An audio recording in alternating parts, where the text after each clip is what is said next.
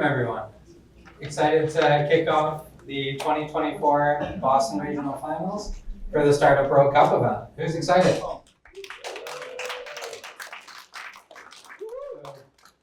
Quick rundown on the agenda. We started with some networking at the beginning. We're going to do introductions for about 20 minutes, then go straight into the pitches.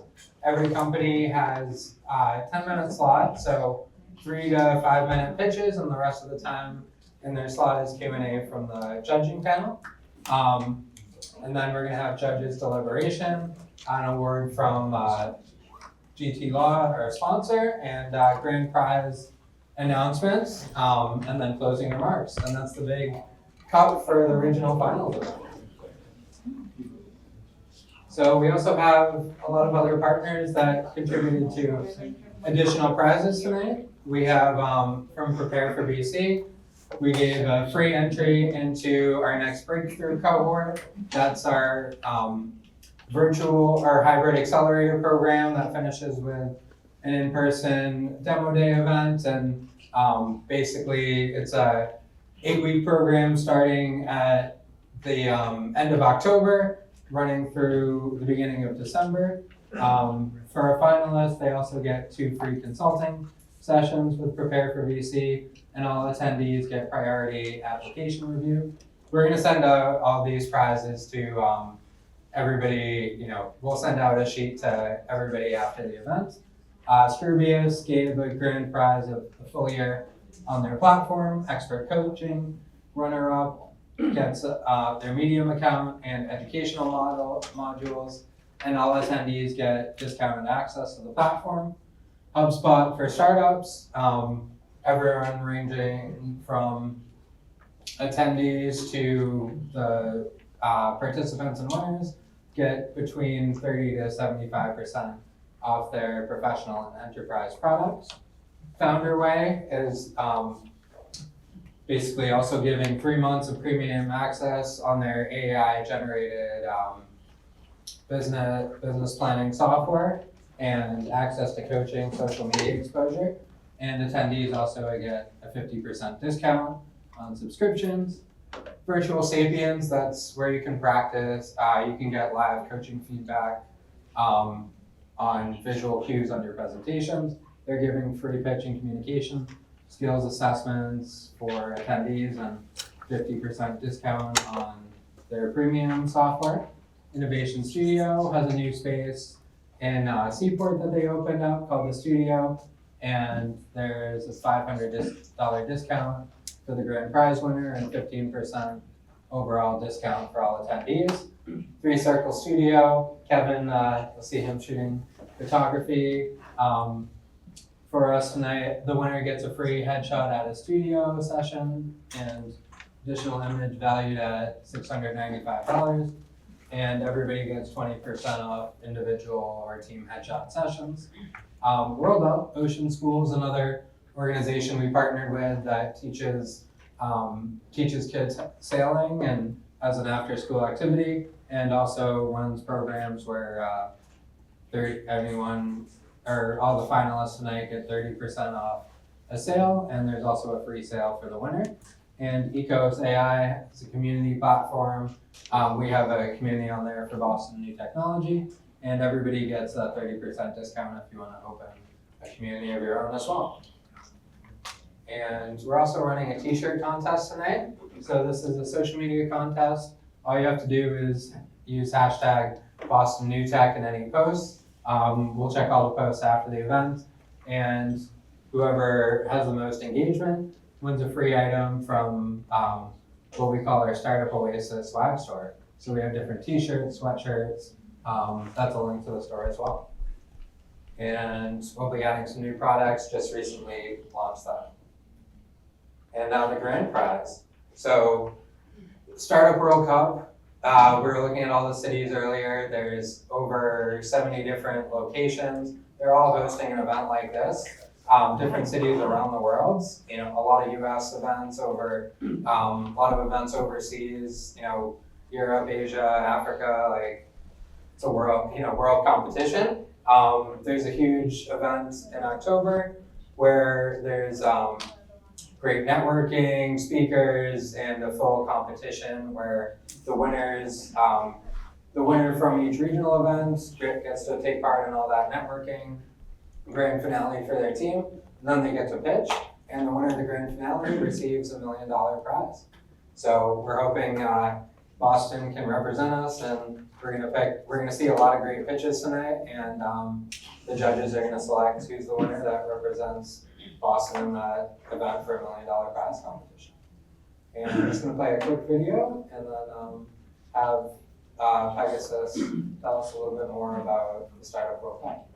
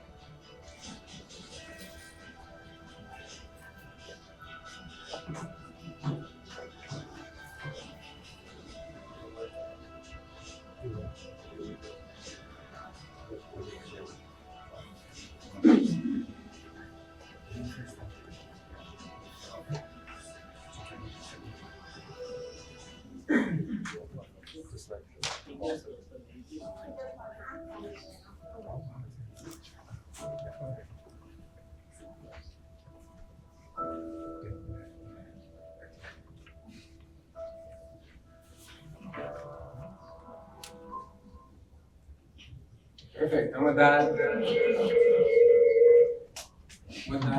excited to call Sean.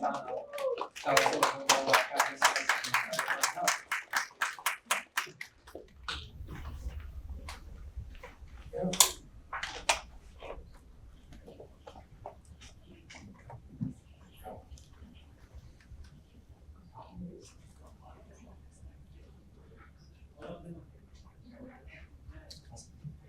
Thank you, Jason.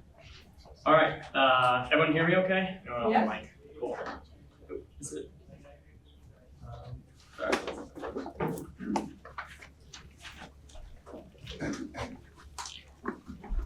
All right, there we go. All right, good evening, everyone. Thank you so much for joining me today for the Startup World Cup Boston 2024 event. So as it was stated in the video, Startup World Cup is the world's largest startup competition. We are hosting these events in over 50 countries and 100 different regional events. Each regional event is going to be producing a regional event winner. So we're going to have 100 different founders come to the grand finale event and compete for that $1 million grand prize. To give a moment to introduce myself, my name is Sean Mastrodimos. I'm an investor at Pegasus Tech Ventures, and I'm here humbly as the ambassador to the Boston Startup World Cup event. Again, really appreciate everyone taking the time and for their attendance and to be here and support the Boston ecosystem and to hear some of the amazing pitches that are going to be coming out of the startups in just a couple minutes. Also want to give a huge thank you to Boston New Technology. I mean, we really couldn't have done this event without them. They've done a tremendous amount of work to make this event a reality. So everyone please give a round of applause.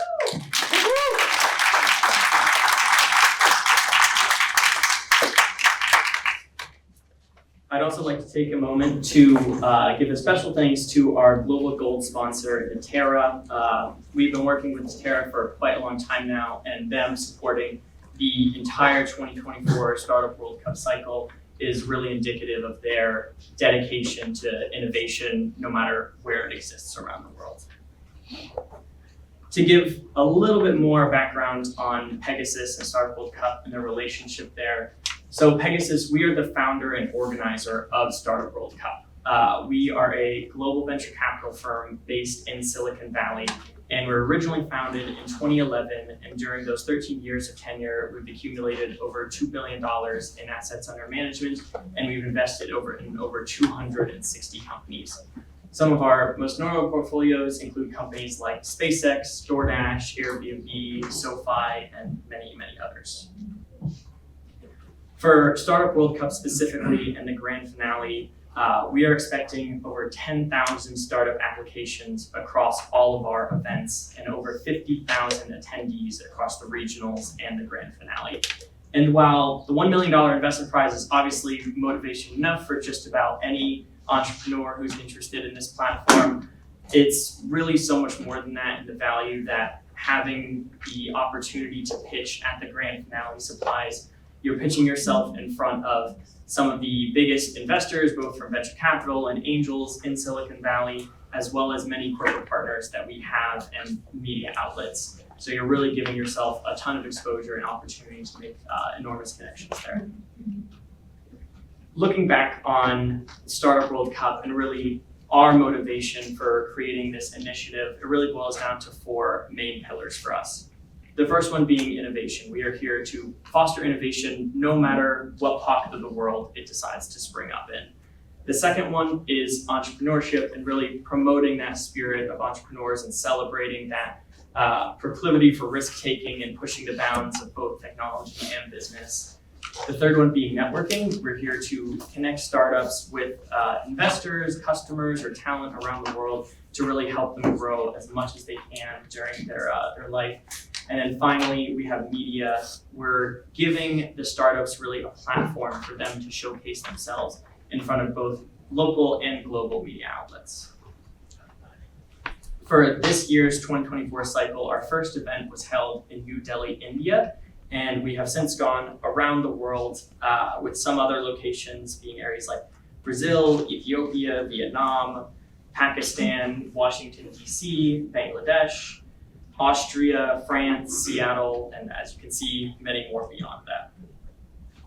For the grand finale, this is going to be held in October in San Francisco this year. We're going to have some incredible speakers in attendance. As I said, some investors and corporate partners who will also be there, totaling around 3,000 individuals who will be watching all of the startups and all the regional winners present themselves. So it is going to be a 3-day event held from October 2nd to October 4th. The first day is going to be a semifinals for all the regional winners. The second day being a workshop where we bring in some of the firms that we have a relationship with in Silicon Valley, and they can provide some free resources to all of the regional winners in attendance. And then finally, on the third and final day, we're going to have the grand finale event, and to close it all off with a networking party for the year.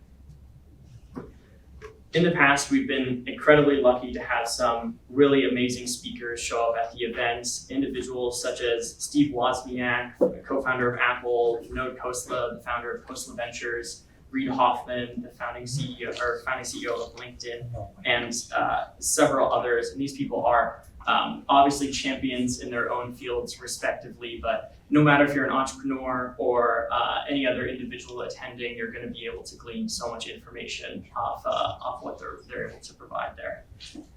And alongside having some incredible speakers, we have to have some judges who match that. And so in the past, we've had individuals like Geoff Ralston, the former president of Y Combinator, David Cohen, the founder and partner of Techstars, as well as some partners from some of the most successful and famous of the venture capital firms in Silicon Valley, such as Khosla Ventures, Samsung Ventures, Lightspeed, Kleiner Perkins, you name it.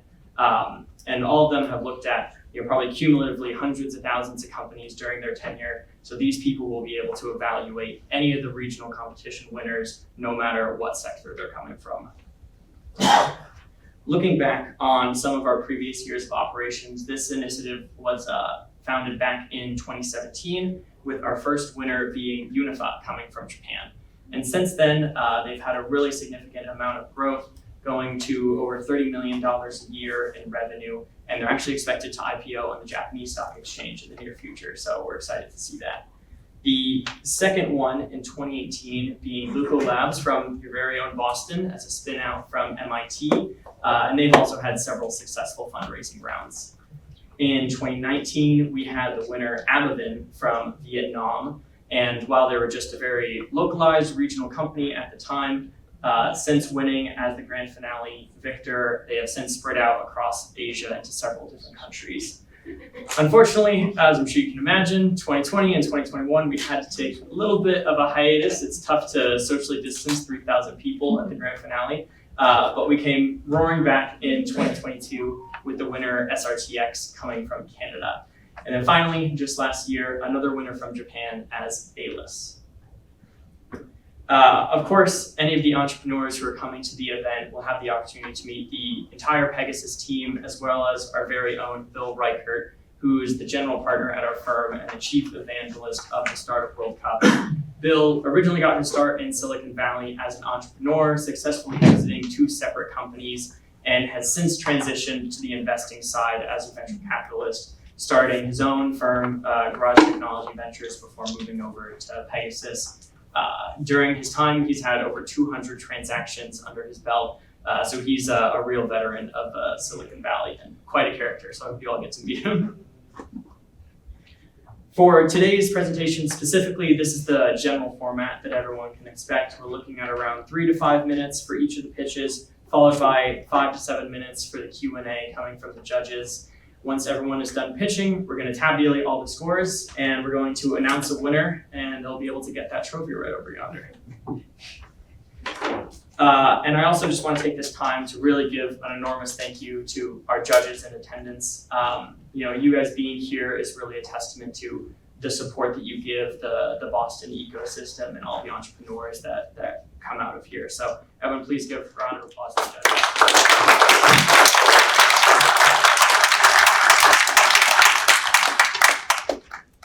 All right, well, we just watched this, so I think we can skip over it.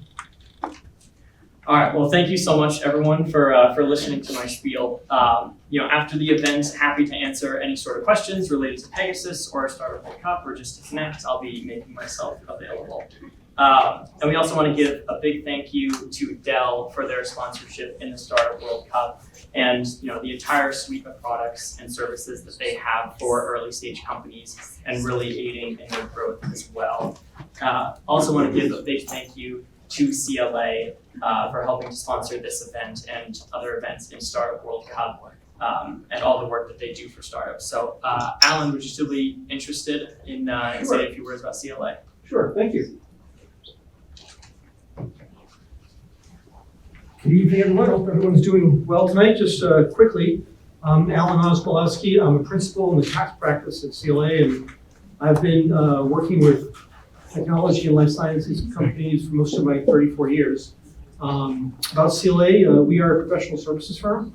We provide various types of professional services, including assisting with accounting, bookkeeping, tax, assurance, consulting, transaction advisory, et cetera. So we can provide the whole gamut of services that an early stage technology company might need, R&D tax credits, those type of things that we specialize in. And one of the things that really sets CLA apart is our focus on industry specialization. The promise at CLA is we will get to know you and help you, and our industry specialization really allows us to do that. So if partnering with CLA, you'll have the opportunity to partner with people that have experience in your industry and know what to expect. So again, we are very excited to partner with Pegasus to be a co-sponsor of this, and very happy to be here. Thanks.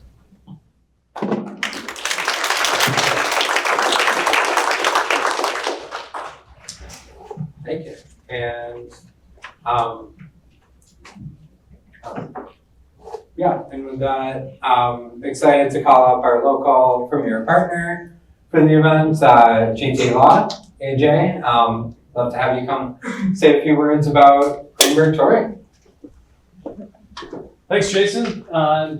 Thanks, Sean, for sponsoring, for Pegasus, for bringing everybody here together today, and thanks, Alan, as well, for making all of this happen. I'm AJ Tibbetts. I'm a shareholder with Greenberg Traurig, which is a global law firm. I'm in the Boston office. I'm here today with Ching Fong, who's hiding in the back. He was squarely in the back so everybody see him. Now he's up on the side. Yeah. So both of us are members of the startup practice at Greenberg Traurig. Both of us are IP attorneys, but our startup practice is full service for young companies. We're a global firm. We've got 47 offices around the globe, coming up on 3,000 attorneys, but we deploy a team for each individual client that makes our services work for where the client is at to get them to the next level. We're not the type of firm that just grabs the standard startup package off the shelf and makes you fit into your square peg into the round hole of the startup package. We want to have a lean team with customized services and customized budgets to help solve your problems for where you are at, for whether you're a single person founder, founding team, you've got a set of employees already, you're pre-revenue, post-revenue, wherever you're at to get to whatever your next goal is. So Ching and I are both members of the IP practice. We've got a deep data policy team, deep regulatory team for clients operating in regulated businesses, data policy, et cetera. One of the things that sets us apart is even though we've got 47 offices around the globe and 3,000 attorneys, as I mentioned, is we've got offices outside of major cities. So we've got Boston, obviously, we've got a New York presence, we've got a San Francisco presence, but we have a giant office in Minneapolis, big office in Phoenix, offices in Warsaw, and that helps us bring to clients lawyers at rates that match those geographies. So in Boston, startup needs services from an attorney. In Minneapolis, we can deploy that attorney at top-notch services, but at a lower rate because we've got people in diverse geographies. Helps us provide a lot more flexibility to our clients and helps us provide those services that young companies need without trying to make them fit into some pre-existing framework. So we're happy to see some of the faces I've seen at past startup events. This is a great event. Thanks for putting it together, Jason. We look forward to hearing from all the presenting companies today. Thanks. Thank you.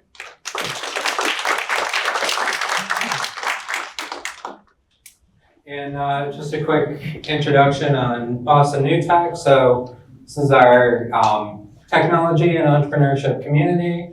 We host everything from networking meetups to we do a weekly virtual pitch practice event. We do larger events like the local Startup World Cup and Techstars Startup Weekend Hackathon events. Basically, we're here to support, build connections, make sure everybody has the resources they need.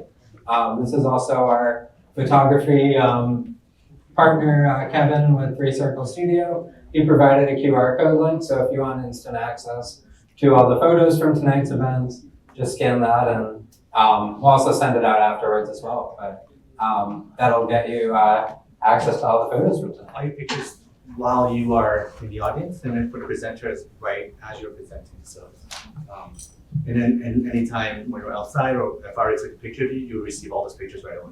Thank you. Like right now. And Prepare for BC is our, started as a startup consulting firm. I was in the venture capital space and really just wanted to help lean in and help startups present better, know where to start when it came from but adding to your plate from pitching to customers to now pitching to investors.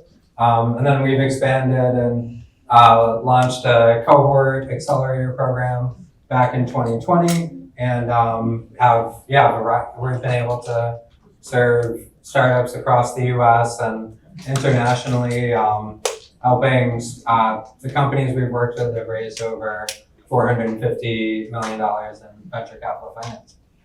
And also wanted to give a shout out to Tom from New View Media, who's taking our videography tonight, and we'll share that recording afterwards with everyone as well as all of our other partners. On the side, Greenberg Touring, CLA, Anima Women Community, Natera, Dell, and Startup Grind, and all the partners that we mentioned in the prize pool at the beginning as well. Wanted to introduce tonight's presenters. We have a great lineup, and this is also another partner, Allstage, that if you scan this QR code, you can have access to see more detailed information, check out the decks on all the startups that are presenting tonight, and also follow up to connect with anyone further. We have, again, great lineup. We have Akhil from XENA Intelligence, Jess Michaels from 3 Joannes, Anushka Singh from Catalyst, Madison Page from Lynx, Henry Saban from Convy, Slava Haratz from Comline Games, Omalara Fatirgan from Thrive, and Leo Dasa from Last Minute. And yeah, excited for a great lineup tonight. We also have a great lineup of judges, and it's spanning, we wanted to have a span from venture capital, angel investing, entrepreneurial, communities, consulting and branding support, a little bit of everything, and get a fresh perspective to really pick that best of Boston that's going to represent us in the Startup World Cup competition. The format tonight, all the startups are being judged on innovation, market potential, their business model, their team, and their overall presentation. This will be the pitching order, and we're going to get started right after the slide here. So we have Catalyst is going to kick us off, followed by Lynx, Comlon, Convy, Thrive, XENA, 3 Joannes, Last Minute, and that's the QR code again for learning more about all the companies. And then everybody has a 10-minute slot, warning, so that'll be a yellow sign we're holding up for the founders at 3 minutes, and at 5 minutes they'll see a runtime that is their cutoff. And with that, excited to switch over, invite Anushka up and introduce us to Cal.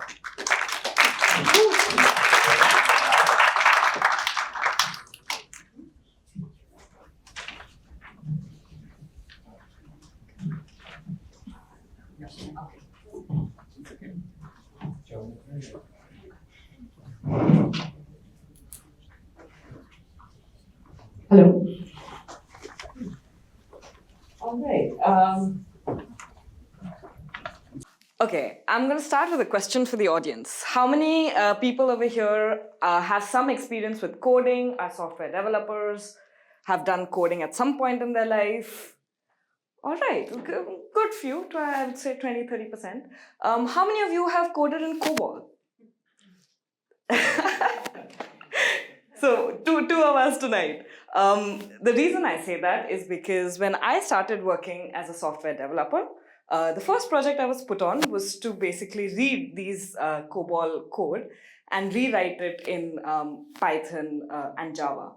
Just to give you a little bit of context, COBOL is an extremely old language, 50, 60 years old. People have not been teaching it. Like people stopped teaching COBOL in universities like 2-3 decades ago. Companies on average spend like 15 million on COBOL maintenance because 90%, more than 90% of Fortune 500 companies rely on COBOL for business critical systems. So that creates a lot of problem for them. Companies struggle to rebuild and replace a lot of these COBOL programs. That's where we provide a solution. What we are doing is basically we are using AI to take these code bases and help document them, help any current age engineer understand those systems and make it easier to either fix a problem within them or upgrade those systems to cloud infrastructure. The way we do that is we use AI models, we have custom algorithms and certain enhancements, and we basically output 2 things. So let me show you exactly how that looks. This is a sample COBOL file, just for context for everybody. Yeah, it looks a little bit like gibberish, but once you put it through our application, what you get is a clear and easy to understand output, which you can read. Anybody can kind of figure out what's happening here. The second thing that you get is you also get a visual diagram. So this is relevant when you have multiple COBOL files, which you often do, and they're all kind of linked together. They're all, passing data from one to another, and you want to figure out exactly how your entire system is laid out. So that's where we come in, and we're able to visualize all of it for you.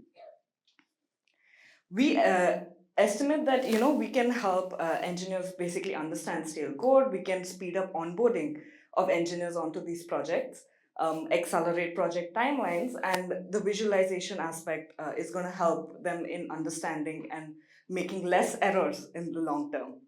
Overall, a conservative estimate is that we're going to save companies $2.5 million in COBOL maintenance per year. So a little bit of traction. We recently launched a web application with a certain limited features, including integration with GitHub, integration with code bases. You were able to download and create the visualization and readmes. We did a private launch, so it was only friends and family who were kind of using it. We had 26 people use it. From when we started tracking it, we had 3 GB of data processed, which if you're looking at COBOL is quite a lot because COBOL files are extremely, extremely small. We are currently in the process of talking to 2 enterprises to do a long-term project with them. How are we going to charge this, right? This is a very big question. Right now, we're going for design partnerships or pilot projects. So we're doing like a flat fee for 1 month, which is somewhere between 20 and 25K. But in the long term, we're going to move to a per line of code or a usage-based costing. And then once we do a self-service model, it's going to translate into that as well. A little bit of the market size. So we are starting by selling to tech consulting firms, primarily because the problem exists with a lot of Fortune 500 companies. But the way the Fortune 500 companies handle this problem is they offload it to tech firms, consulting firms. So we are going to them. We are basically helping the consulting firms increase their profit margin, basically selling to them, saying that they're able to cut their cost and increase timelines. Accelerate timelines. So that market is a $42.6 million market. Our total TAM is $2.76 billion. I will say beyond that, our product is technically coding language agnostic. So it works just as well for Python, Java, like modern coding languages as it does for COBOL. So this TAM is very much taking COBOL into picture, but our long-term goal is to grow from COBOL into modern languages. All right.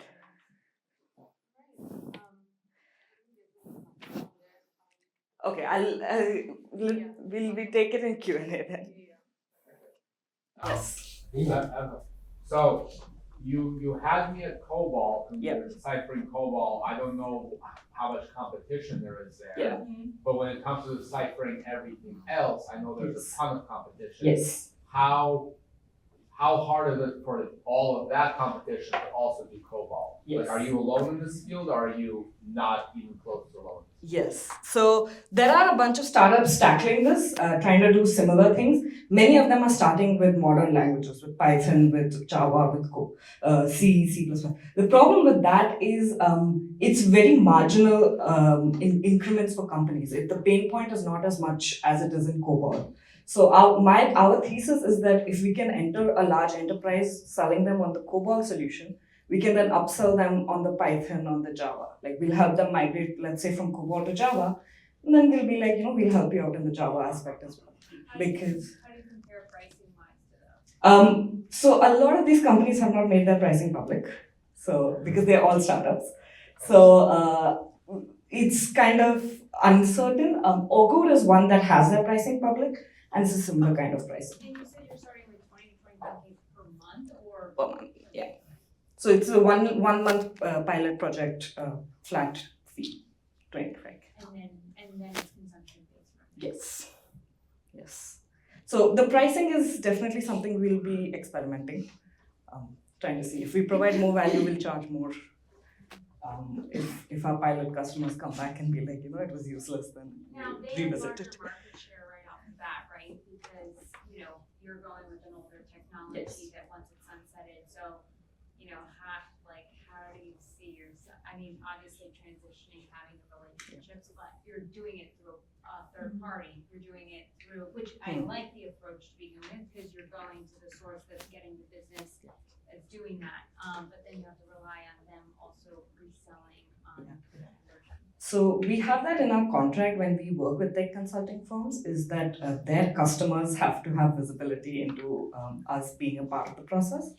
So although we will have some direct contact with their customers, but it's not entirely like we're being cut off from the project itself.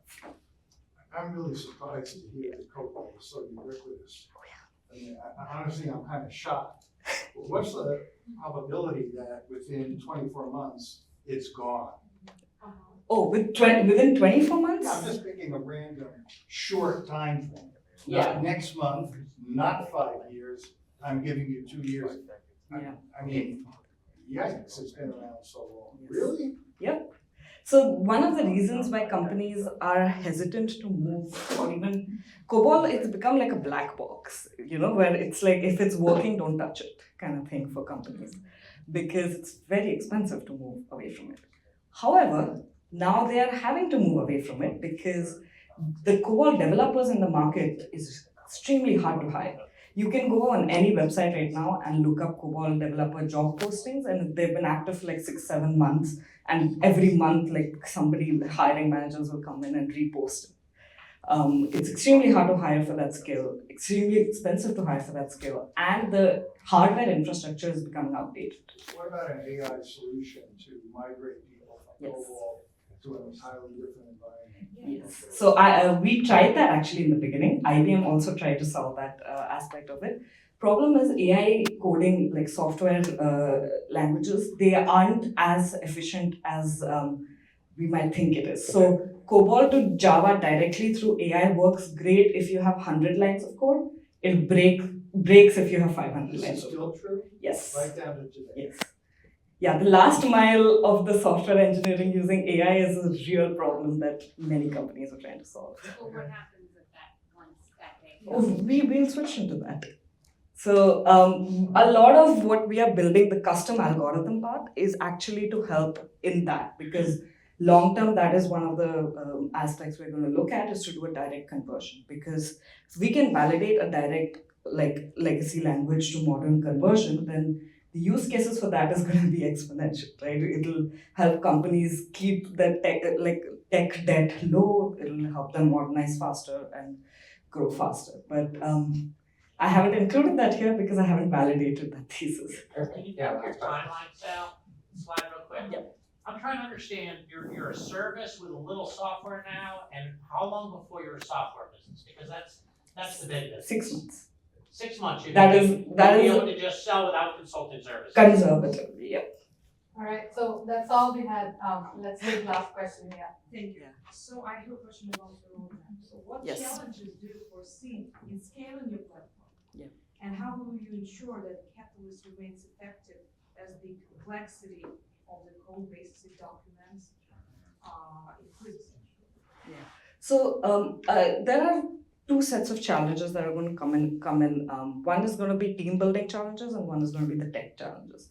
Tech challenges are somewhat easier to handle if you get the right team in place. So right now, it's me working solo, and I'm looking to get co-founders onboarded. Everything I've built so far, I've done it myself. I do have mentors, I do have advisors that I work with, but actively looking for a technical co-founder who can actually accelerate the timeline and reduce the risk in the technology part. Thank you, right? Great job.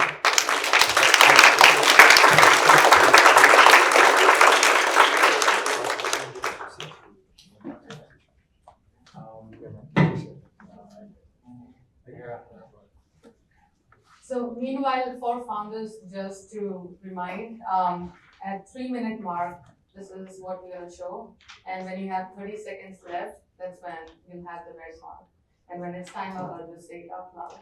And we'll have like 5 minutes for Q&A from members. And excited to call out Madison to introduce us to links. Hi, everyone. My name is Madison. I'm a former veterinary assistant of 2 years and current biomedical engineering student at Tufts, working on links with the goal of creating non-invasive screening for canine skin cancer. Over the span of their lives, 1 in 3 dogs will develop cancer. And if losing your dog in their old age to cancer isn't bad enough, skin cancer often affects younger dogs, accounting for, on average, 25% of first cancer claims by breed.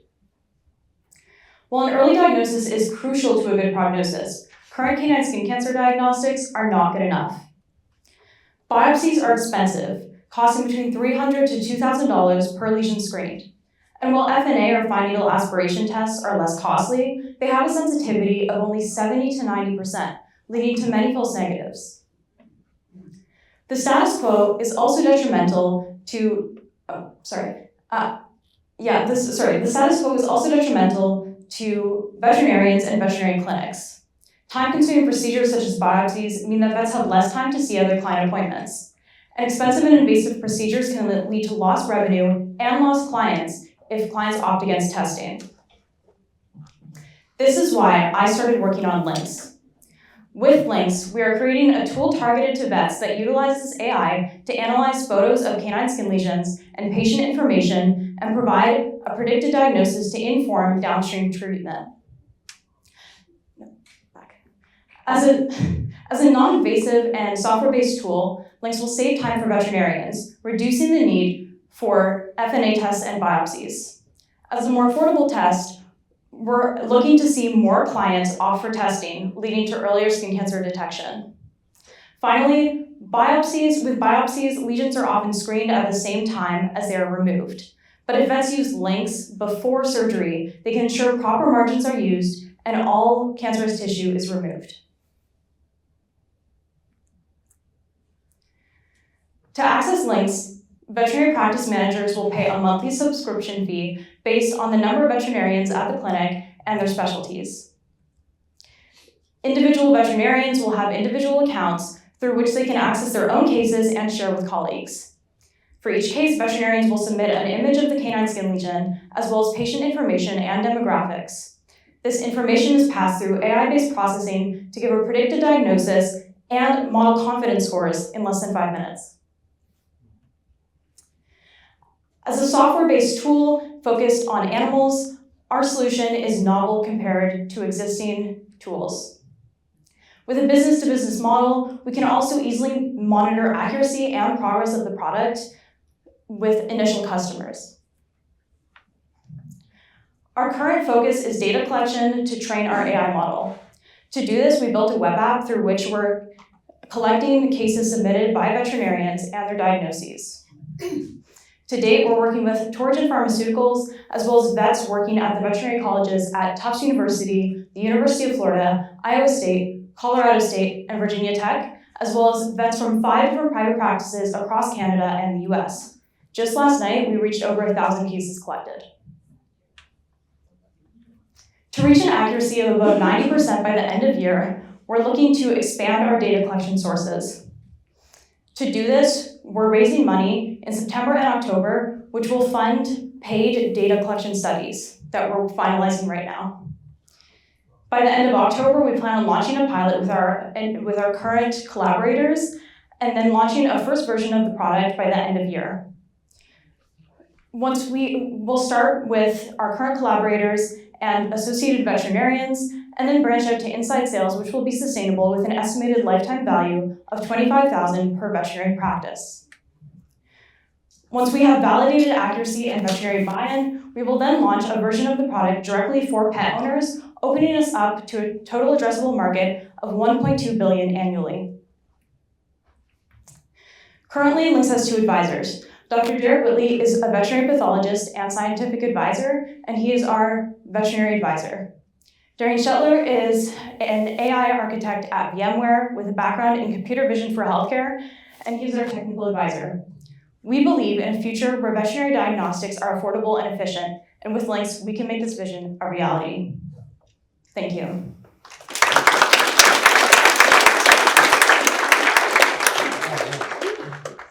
Your data collection, like how many pieces of data do you need to be accurate? Like you're raising money to reach that, and then ultimately, I think that's your moat, unless you can be the first mover and get embedded in all of that's using you, that would be another moat. But like, it sounds real fast to build a defensible moat, like it only, a small amount of money, it only takes you 6 or 9 months. Yeah, so essentially what we're doing right now is working on larger collaborations that are going to allow us to get data a lot faster. I can't name the specific organizations, but they're very large and they have many hospitals associated, and we're in the finalizing steps with them, really just getting it through their legislation. And you'll get it exclusive? Well, that's not guaranteed, but yeah. I think this is, somebody else? No, go ahead. It's usually very difficult to enter the medical or the vet community, right? And you guys obviously have started out really well. What are some of the challenges that you see moving forward as you're looking to grow your business? Yeah. So regulatory issues are different in the veterinary field versus the human field. There isn't the same process of going through the FDA. While the FDA does technically oversee veterinary organizations, it's not as lengthy to get into it. It's really just a matter of getting veterinary validation, and something that we're going to be doing very shortly in the fall is submitting publications and getting it reviewed by our veterinary advisor and his connections, as well as the veterinarians who are helping us with data collection. And we really think that that will be helpful in getting veterinarians on board. Do you know Piction Health? Yes. Okay, they have maybe 20 million images now, and yes, it's all directed at humans, but they've learned a hell of a lot over the last several years about managing this kind of data and drawing the same kind of conclusions, because it's also dermatology, cancer focused, et cetera, et cetera. How do you think about competition coming from a source like that in the future? I would say it is very challenging to collect data from the veterinary field. And, I've been working on this since 2022, and we've only really started to get data in November, right? So it's really challenging to get those veterinary connections and to have those, outlets for data. It's unlike the human field in that sense. I think while they might have excellent, knowledge on data management, and in the human field, it's very different in the veterinary field. Are there channels that are available to you to move fast? Because I agree with you, it's all about getting a ton of images and focusing on large practices or trade associations and blow this out. You're gonna have to move very, very fast. Because the capabilities are out there. Yeah, that's a great point. As I mentioned previously, we're working on a lot of different larger collaborations that are not just national, but international as well. And we really think that will accelerate our data collection. Where is your confidence coming on your current validation of the data that you'll be capturing? Like, how can you validate that it's accurate? Exactly, that was my questions, especially when you're dealing with different skin types, breed types, lighting conditions, when people make a picture. Yeah, so there are several conditions that we look for in the images we're receiving. So it needs to be that the lesion itself is very visible. There's no fur surrounding, fur can surround it, but there's no fur overlying it. And we've received validation from speaking with veterinary dermatologists and oncologists that it is possible to distinguish lesions that are cutaneous, or at least they make educated guesses before performing biopsies. So I am confident, based on my conversations with veterinarians, that it is possible to distinguish cutaneous lesions. Yeah, last question. Yeah, I don't remember who said it over there, but basically, if the mode is strictly data, because building this app is just a facade effectively, why doesn't someone like Banfield, who has immediate access to the data, just release an app that does this? Because they have I would, basically all the data. I would say that they don't. These images aren't usually taken at any process during veterinary, during any kind of procedures, right? I worked as a veterinary assistant. They could theoretically collect the data, but they'd have to incentivize veterinarians or find some other way to convince them to take images. And even working with private practices, I've found that challenging, which is why we're now exploring other avenues like working with Torsion. All right, Perfect. that's all. Great job. Yeah, thank you. And excited to call up Slava Arets to introduce us to Kamla.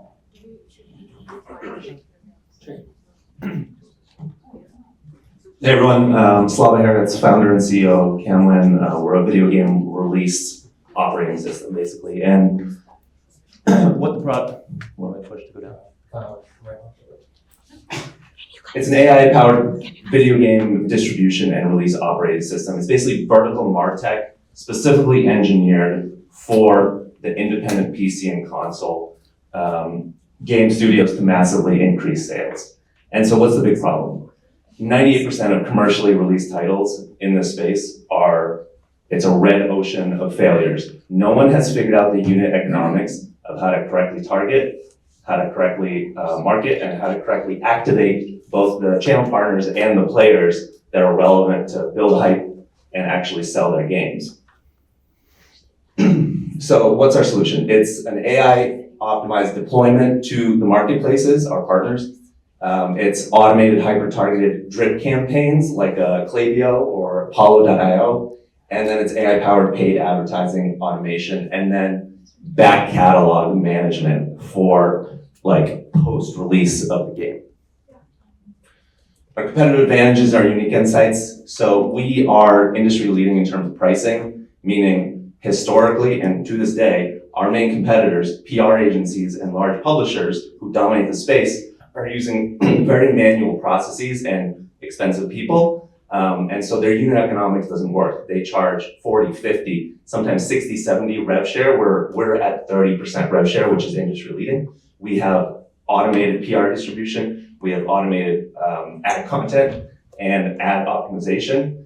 And then we have, I think most importantly, proprietary data looking at what are the high demand titles and low supply titles, and how do we capture and activate audiences that are looking for those very specific games.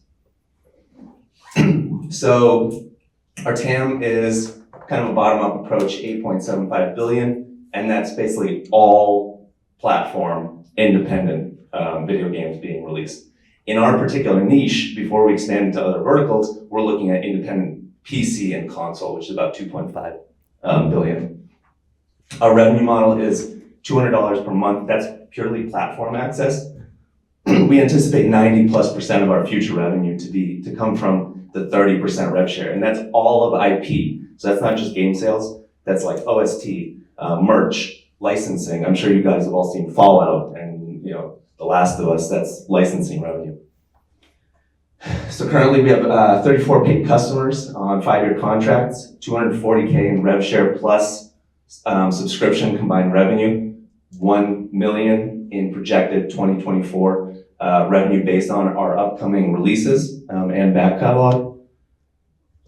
And then our chart basically tracks, you can't really see the bottom of it, but we're looking at up to 50 customers by the end of this year, and then looking at over 1 million in top line before the end of this year.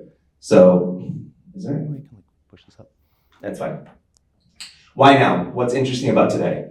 So new technologies, especially AI, are reducing costs, increasing velocity, and improving the quality of game development. The gaming industry is huge, massive, and it's expected to grow by, 25, 30% over the next 5 years. Popularity of indie is actually rising today, and we know that from Steam reporting a massive increase in sales, which is like the biggest indie platform right now, over the post-pandemic flattening of that. And then large studios are shedding top talent, so we're picking up pieces from the AAA studios and publishers who are just it's this red ocean of, right now, layoffs and redistribution, and we're grabbing very, very talented developers, forming small studios in the wake. Here's our team. It's me. Anyway, let me talk about a slide that was on the one that I uploaded. So one of the biggest things that folks have a lot of trouble with is the product founder fit. I'm a 2X founder. I come from a finance and B2B SaaS background, and I've been a gamer for 35 years. I've lived and observed this problem for over 10 years. And the thing is that I figured out that I behave a very certain way when I look at and discover content, whether it comes from press, influencers, or paid advertising, and I behave in a very specific way when I see that content. And my thesis was, if we did this at scale, if we delivered this to the 4 billion players out there, will they behave the same way that I do? And the answer was yes. So we've tested that and proven that in the 2 years that we've been operating. This is our team. Eddie is an immensely valuable, mainly on the paid ad optimization side, CTO who's creating, because the bulk of what we're doing, is Red done? Yeah, 30 seconds. 30 seconds. The bulk of what we're doing is creating optimal unit economics for founders. So there's another slide that was missing from this that I will tell you, it's the big KPIs. We're getting 84 cents cost per lead in paid advertising and paid influencer spend. We are getting just over $2 in sales acquisition, so basically units sold acquisition, and then our Camland revenue is just over $4, so about $4.60. So we're basically getting 2x scalable return on all of our investment. All right, time up. Congrats on the revenue traction, by the way, so that's awesome to see. What's the one differentiator that your product has over others? I was looking at your competitive slide, and I wasn't sure what element you really focused on. So 2 things. One is our data, meaning we are the only publisher or PR agency out there that's analyzed 10 years of historical pre-release and post-release data on all of our marketplace partners and have seen what are the high demand genres and what are the oversaturated genres, and can we acquire and build products? I mean, these are software companies, they just happen to be gaming companies that are building games. Can we acquire and scale the pushing out of that content into those high demand, low supply spaces, because that's when you get the low cost of player acquisition, because they're desperately seeking it and they don't have access to any because there's no supply of it. And then 2 is you get the automations from our platform. So basically AI helps us do real-time optimization of both the pitches to press and influencers and festivals, and then paid advertising. So rotation of headlines, rotation of creative, optimization of budget, et cetera, et cetera. You sound like an agency more than a software company. You're using tools and using data like any ad agency does. But then you're undercutting the market by 20%. And it's just sort of, I'm just looking at this saying, what's going to stop everybody else from just lowering their prices? Even if you can buy ads a little better with a little more efficacy, isn't the market just going to chase you downstream on price? That's a great question. I actually get asked that a lot from investors. And the big answer is that it's a very sleepy and very stubborn industry.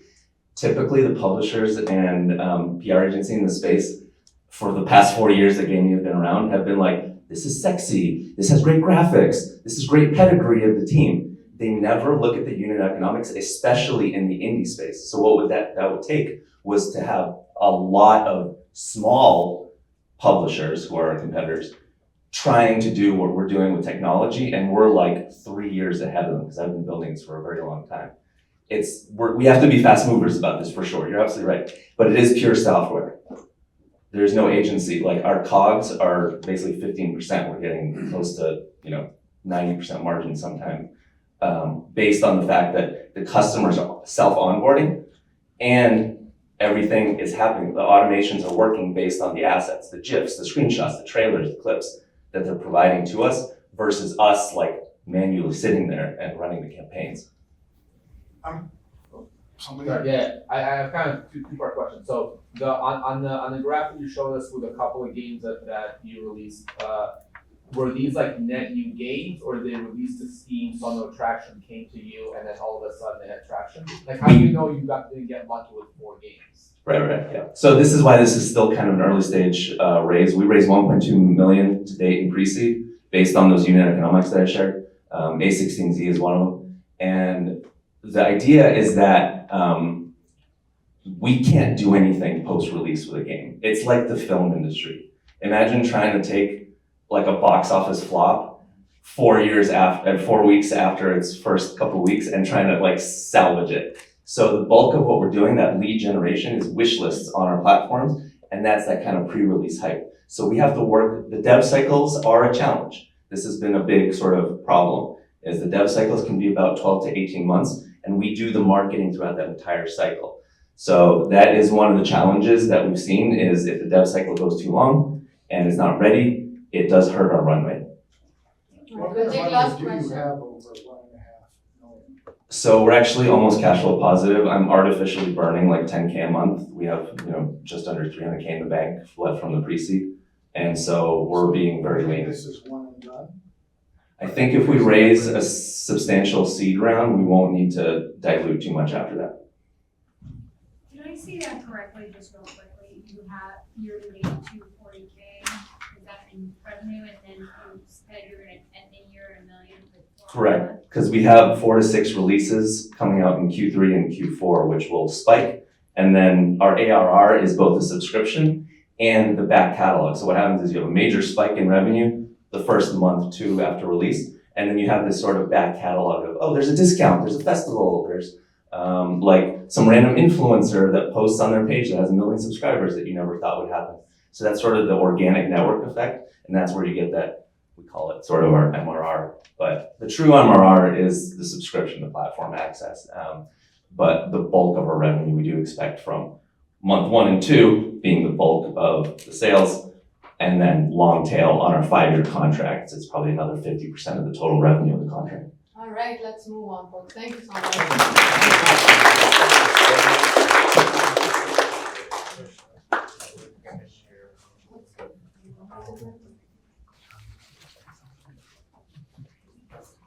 So just a reminder, so we have 5 minutes for the finalists. At 3-minute mark, I'm gonna show the yellow.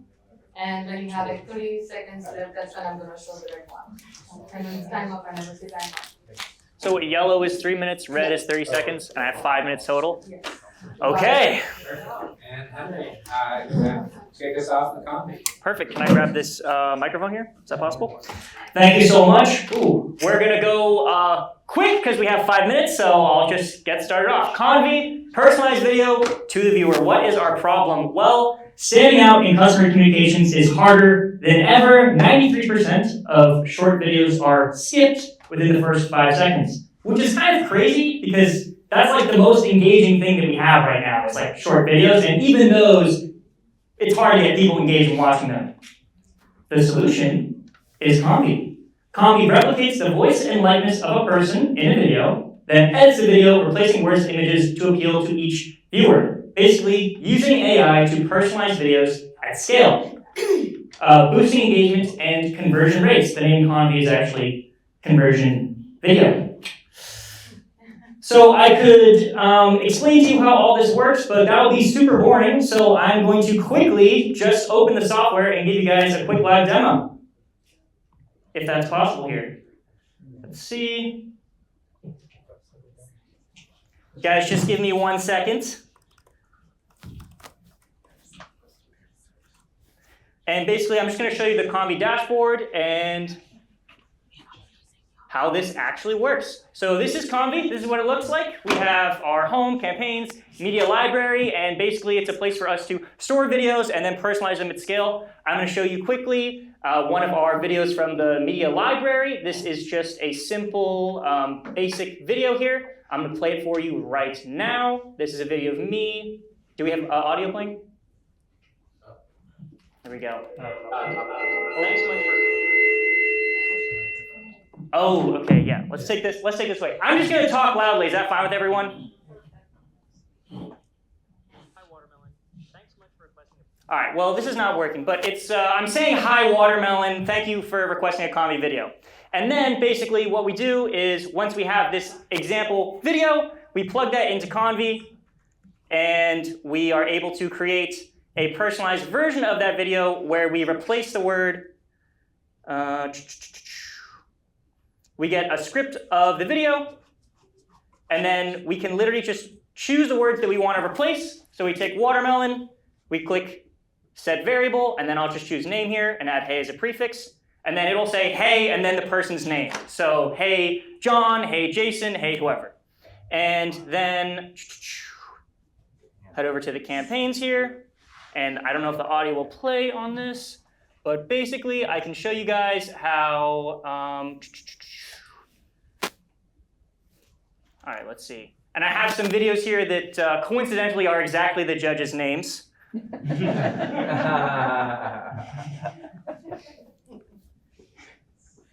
Sorry about that. Sorry about that, guys. Anyways, so this is a video. It's visited the Convy website. It's put that little video of me saying, hey, watermelon, and it's going to replace that part of the word. And let's see if the audio plays here. Hi, Nina Carraza. Thanks so much for requesting a personalized video from Convy. So you can see it's replaced watermelon with Nina's name. Awesome. So that is how the software works. And we can replace more than just the first name. But that gives you an idea of basically what it does. So market size for Convy is absolutely massive, 990 billion globally for direct-to-consumer email and SMS marketing by 2027. This is one of the fastest growing markets is customer communication for e-commerce. And we estimate that we can get a significant portion of that with Convy. Traction, 20 businesses have used or have used Convy thus far. So basically we charge businesses $1,000 or more for a lifetime deal and said, you pay us this money and you can get access to Convy for as long as you want and generate as many videos as you need to. And we did this intentionally so that companies would use the software a bunch and we could get a bunch of data. The team is yours truly and my best friend Daniel Haller as the CTO.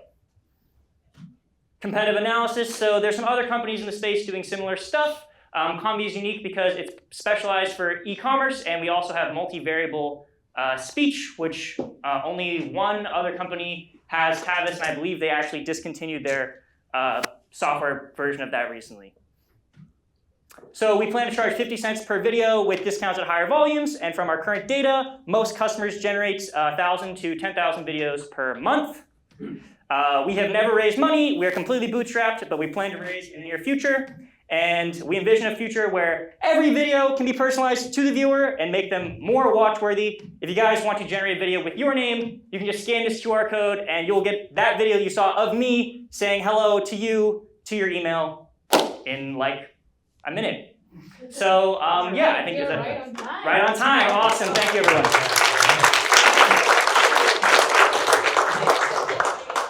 So can I upload a CSV to multiple spots in the video and make lots of personalized changes at scale? You absolutely can. We have an upload CSV feature. You can upload a CSV. We're Zapier compatible as well.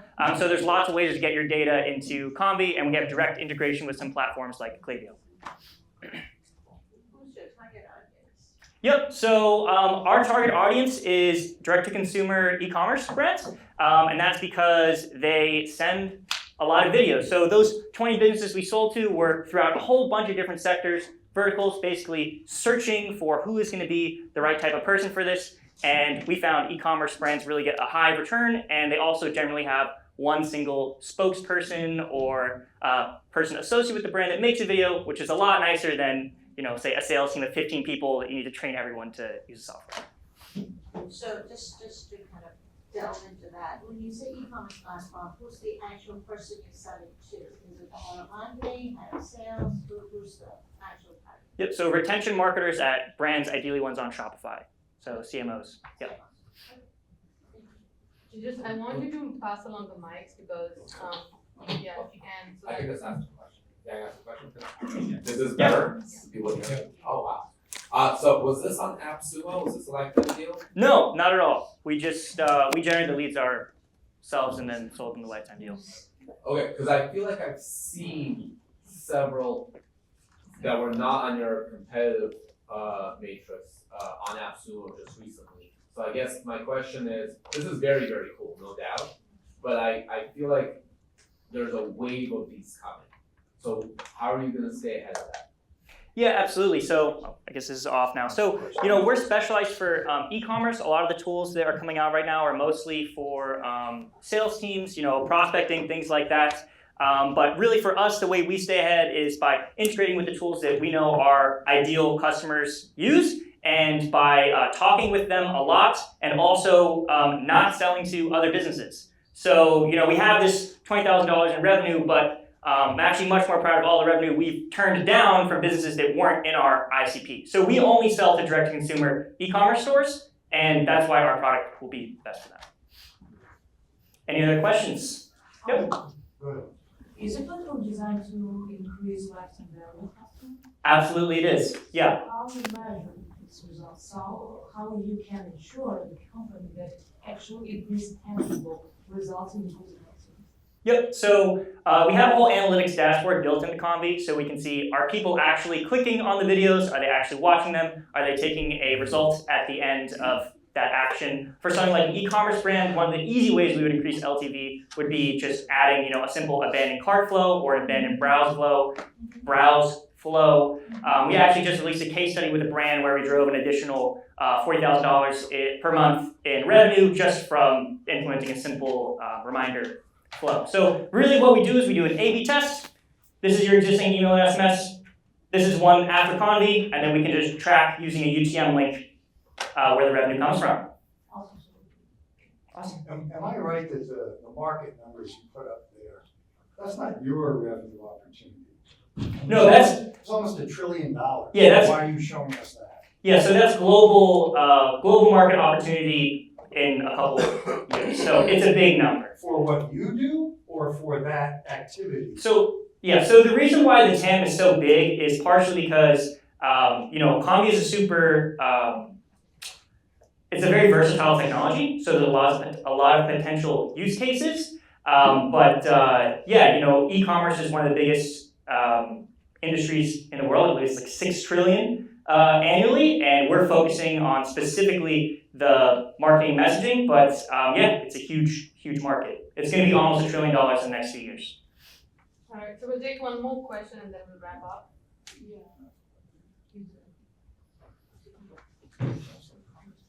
Great job. Thanks. Thanks so much.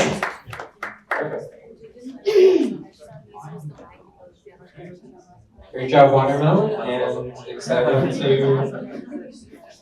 bring up Omalara for Thrive.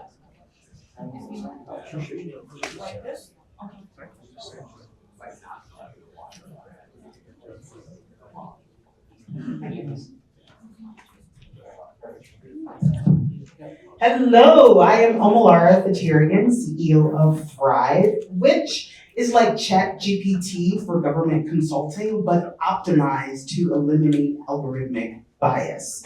And the story of Thrive actually begins with my own story in government. I was deputy director of DC's Juvenile Justice Agency, 2 steps down from the mayor. After conducting an internal review, I found that our agency's investments were linked to rising rearrest rates. How did that happen? Long story short, we were investing in programs that researchers had known to be harmful and ineffective. All of this taught me that government employees don't have access to the right information to drive positive change. And that's why this number never changes. 84% of kids in the US who are born in poverty will live in poverty for the rest of their lives. And likely government agencies like mine are contributing to cycles of poverty due to their mismanagement of resources. That's actually why government consulting is a $400 billion market. But up until this point, it hasn't been scalable. Teams of consultants work for years on a single problem. There's limited use of AI and machine learning models because of algorithmic bias. Until now, we have a novel combination of synthetic data and Gen AI in the same technological framework. And that allows us to eliminate bias. How? Well, the academic literature actually tells us where all of the bias lives in government data. so we can statistically model what ideal government decision-making should look like in the absence of bias, and then train algorithms with this improved data to make better management and budgeting decisions. So for an end user, they log in and they say the program area where they need help. They answer a series of questions based on dynamic survey, and then the output is a new budget, management plan, training programs, et cetera, that they should use, and areas to cut that are likely not working and potentially harmful. This is the market. Like I said, public sector consulting is a $400 billion market. We estimate that state and local governments spend $1.168 billion in our space, which is education and public welfare. We can easily see ourselves becoming a $250 million business, and here's how we've gone to market. We incorporated in 2021, won a bunch of pitch competitions, and cobbled together resources to build our MVP. This is our traction. We have paid clients from coast to coast, including the third largest school district in California and our very own Cambridge Public Schools down the road. This is how we make money. We basically sell access to modules or improvement areas. And so we can see ourselves in a government agency for 3 to 5 years, basically helping different departments with different improvement areas over time. Our last deal was a $150K 2-year deal. Based on that average deal size, we'll get to $1 million in revenue in about a year. So far, we've been selling directly to school districts, and grant-making foundations sometimes cover our costs. Moving forward, we're hoping to seek licensing agreements with management consultants and state education agencies. So we use dynamic surveys to give custom management feedback to eliminate not only algorithmic bias, but disparities that exist in our society.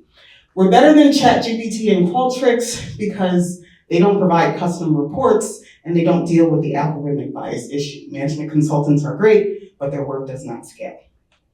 This is the team. We have over 40 years of experience in government consulting, engineering, applied research.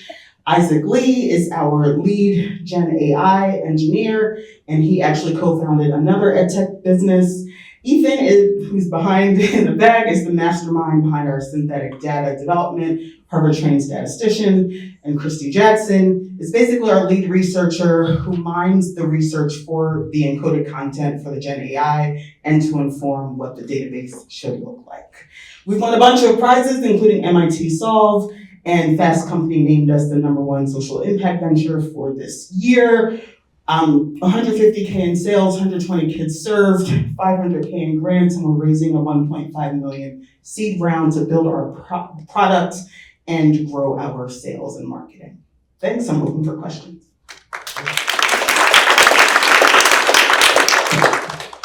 Great presentation. Can I ask, how do you know it works?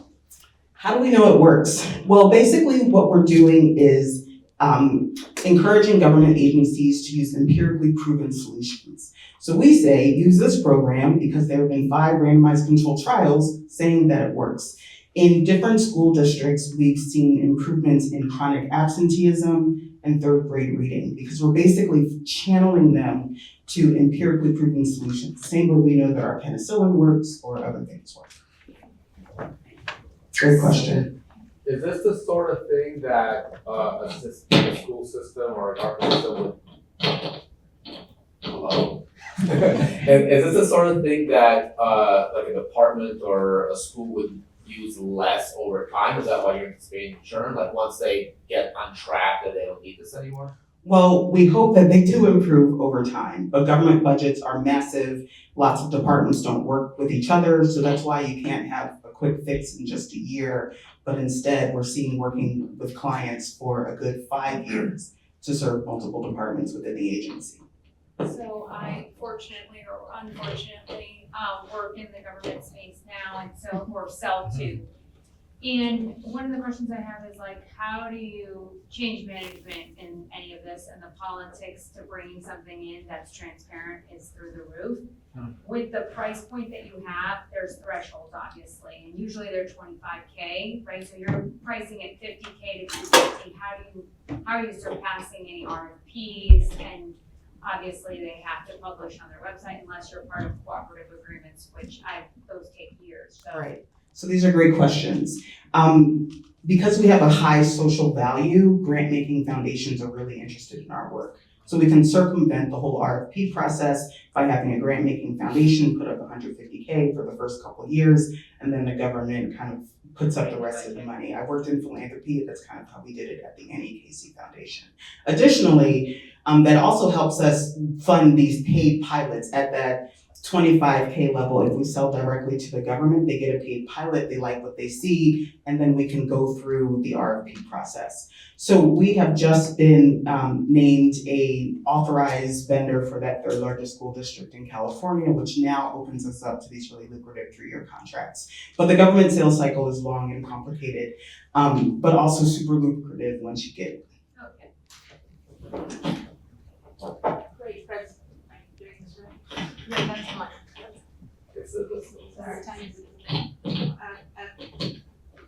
Sorry. Great presentation. Obviously, you're going after, the government is your target. Are you even planning to go beyond the government in any way? So there's ample uses for this particular application of synthetic data. We're looking at government verticals, first public schools, then public health. We're hoping that health can depart us into hospitals potentially, and also philanthropy. If you think about it, they spend a lot of money and we can show them how to do that more effectively. So there are potential verticals outside of the government. The public sector, especially in social welfare, is really known for very slow adoption of new technologies. Yes. So how you plan to overcome this and convince them to adopt from? Yes. So what's important in talking to government officials is saying what they want to hear. So when I present to governments, I talk about the achievement gap and pandemic-related learning loss, and how Black and brown kids are doing so much worse because we're not investing in them in the most applicable ways. That's super resonating, and it's dealing with a concrete challenge. They don't really care about technology, right? They care about kind of working on their outcomes. And so we talk to them about their outcomes. In the government space specifically, child welfare agencies have been using machine learning models since the early 2010s. So when we move into the child welfare space, they already understand AI and machine learning. They're having trouble with algorithmic bias. And so the sell to them is, we can deploy our synthetic data to better inform your decision-making and improve your machine learning models. So child welfare is already ready. But for other government agencies, when you talk about mitigating, third grade reading issues and math, numeracy, literacy, that's the sell for them. All right, so we'll wrap it up here. Thank you so much.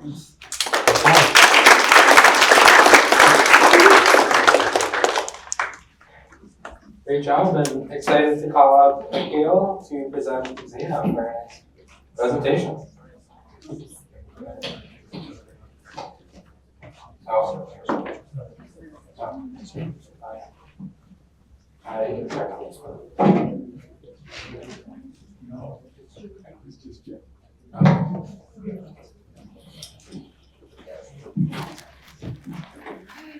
Hey everyone, I am Akhil Suresh Nair. I'm the founder and CEO of XENA Intelligence.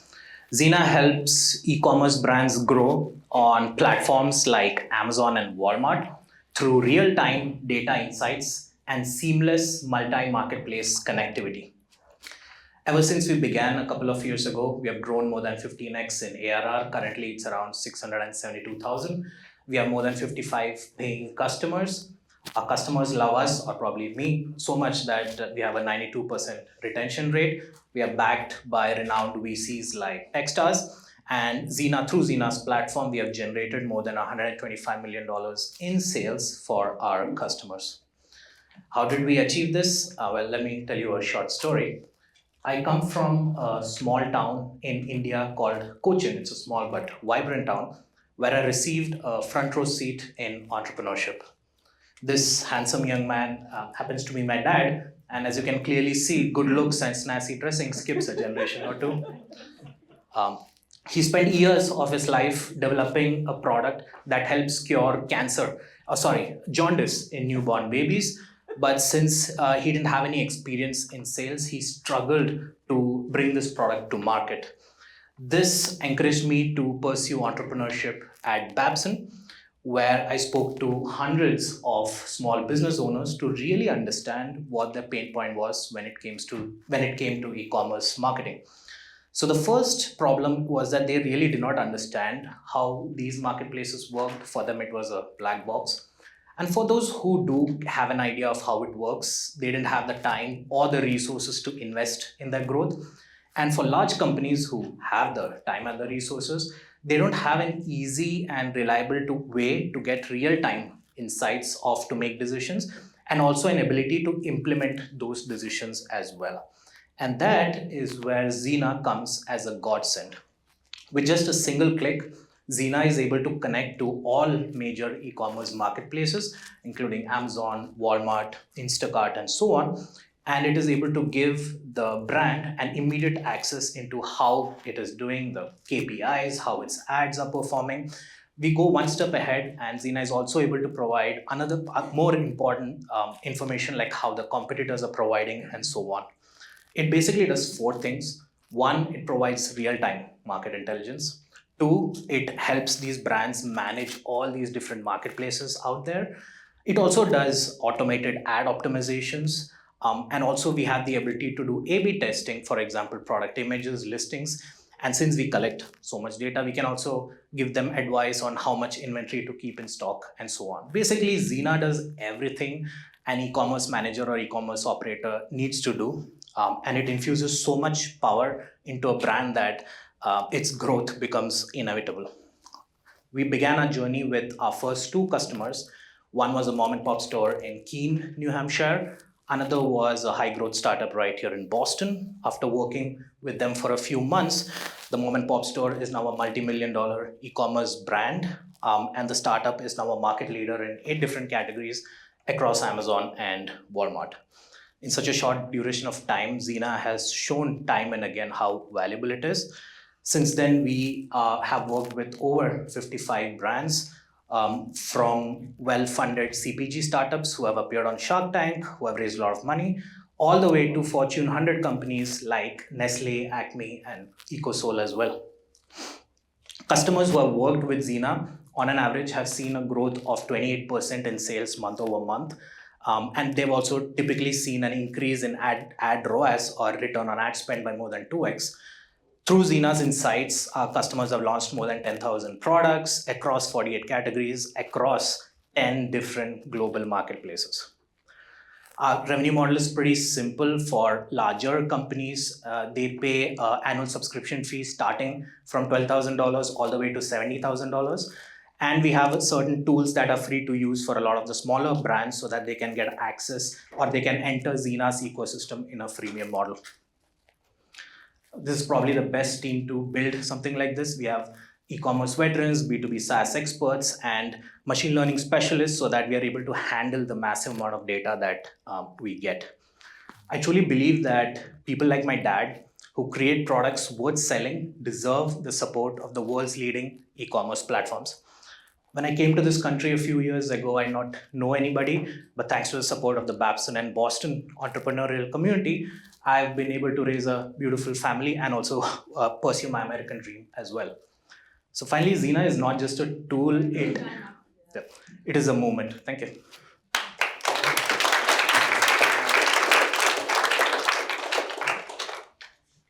Quick question about the target segment. Do you have a sweet spot in terms of who you're after? So out of the 55 customers, and do you have any early data in terms of like retention, churn, that sort of stuff? Sure. There are about 5 million e-commerce sellers in the US. Out of those 5 million, about 1 million of them do between 2 million to 100 million in annual revenue in sales. Those are our sweet spot, are our ICPs, because they have some initial data that they can work off of. They have the capability to launch new products, and they're able to maximize all that XENA has to offer. And typically so far, like I said, our retention rate has been 92%. Our net retention rate has been 155%, because we have been recently testing out on not just charging them a subscription fee, but a percentage of their sales as well. Some of the customers have been open to it, and I think it's a win-win for all. Your single pane of glass makes sense across all the different platforms, but how do you compete with the specialists in the ad optimization? Because every one of those platforms has dozens of big VC-backed ad optimization, tools that are highly valued, successful companies. So how can you accomplish that on every platform? Sure. So ad optimization is definitely a big space, but purely we could have just chosen to do ad optimization and stuck with it. But what we found out was a twofold approach. The average churn rate for ad tech companies are around 50%, which is pretty large, because there are a lot of factors that is not in control of the service provider, and hence the customers tend to go shopping when things don't go right. So that was one big issue while we decided to move away from it. Secondly, to get access to the APIs from Amazon and Walmart, it's not easy to get access. There are thresholds, security protocols to be followed. There are about 250 companies that have been approved by Amazon to use their APIs to do whatever, ad optimization, inventory planning, and so on. So I think one thing that they miss out on is that they really specialize on one aspect, and they miss out on the fact that growing an e-commerce brand includes all these other aspects as well. And I think that is where they miss out on the fact that they could kind of grow over. So the single pane of glass across everything is your key differentiator. Correct. How do you ensure that your AI keeps up with Amazon constantly changing algorithms and doesn't lead to unintended penalties or decreased visibility?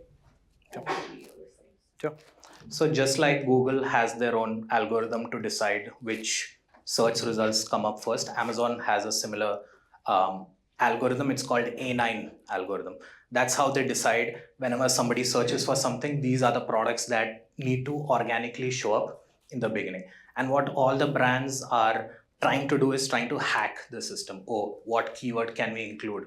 What image can we include? What price should we do to kind of achieve that goal as well? So the very fact that the A9 algorithm, it's kudos to Mr. Bezos, he's minted a lot of money out of it.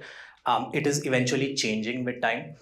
They have realized, thanks to a lot of lawsuits and a lot of legal issues, earlier they used to give preference to brands that they were close to or their own brands that they launched, but now they have kind of democratized the process. So because they have democratized the process, a lot of incumbent brands have seen that, oh crap, my product used to come on number one, now it's no longer coming on number one because of a lot of issues that they have faced. So the very fact that these e-commerce platforms are changing their algorithm is a good thing for us, because since we collect data in real time, we're able to adjust to those changes, which is manually not possible. All right, we'll wrap it up. Yeah, thank you. Perfect. And now moving into the final two presentations, excited to invite Jess from Free Joanne's to present to us.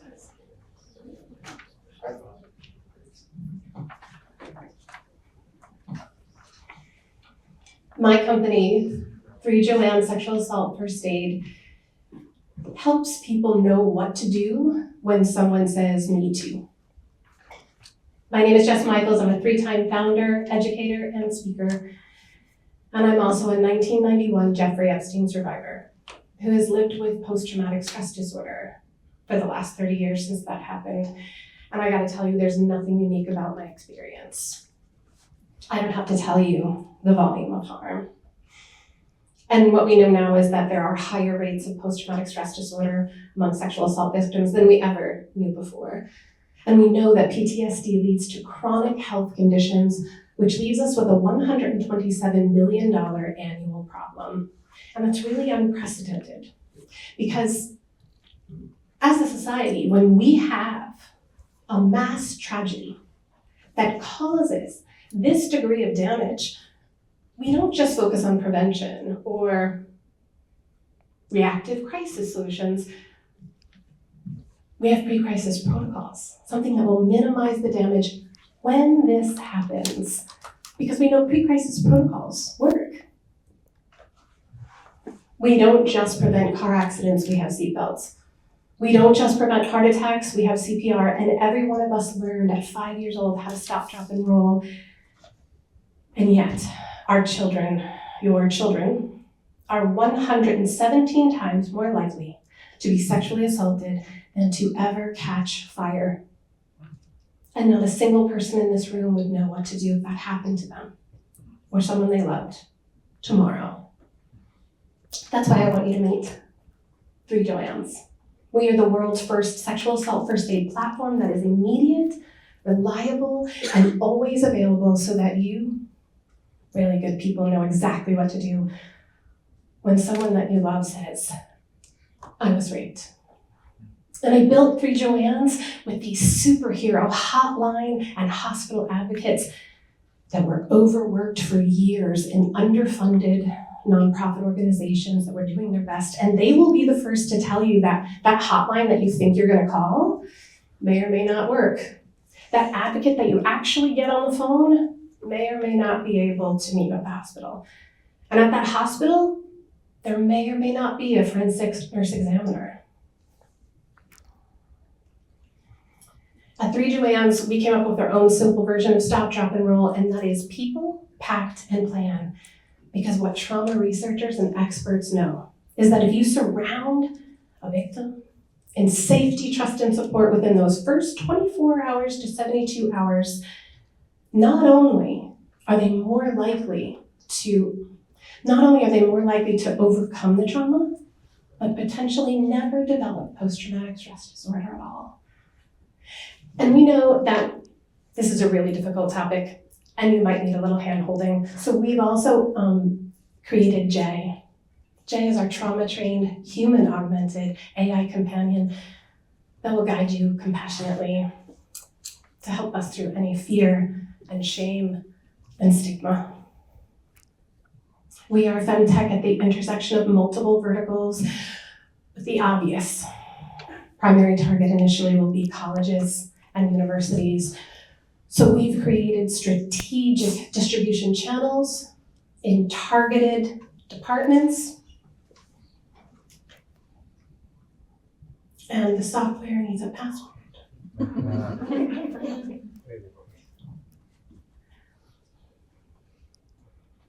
We are launching our MVP with AI Companion January 2025. We actually just got our prototype to beta test ready yesterday. Yay! Really excited.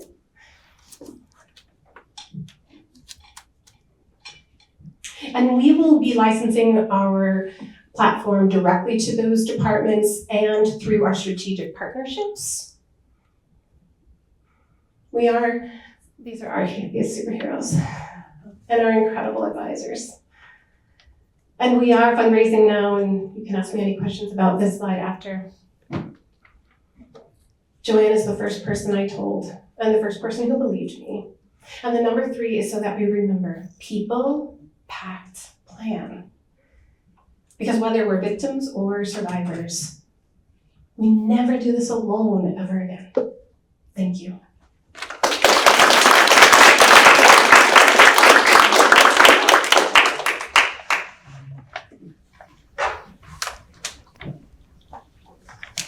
Definitely needed, for sure. This is obviously, as you were saying, it is a very difficult topic, and the person who goes through this can imagine. How is it going to be really difficult, do you think, for schools to adopt this, and how do you see the adoption rate going? Especially, we know we need it, but how do you convince them that the schools need to have it? Yeah, that's a great question. So right now, what is commonly happening and happening even more is that there's actually a combination of 3 topics that are covered: consent, prevention, and survivor care.